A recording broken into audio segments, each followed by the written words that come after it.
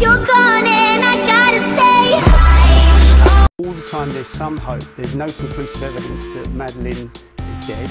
There will always be that hope. But what you've got to remember about some of these cases is they are extremely rare. A lot of people cite the disappearance of J.C. Dugard in America, who was found many years afterwards. But when you look at the amount of children that are abducted in America, they are still very rare.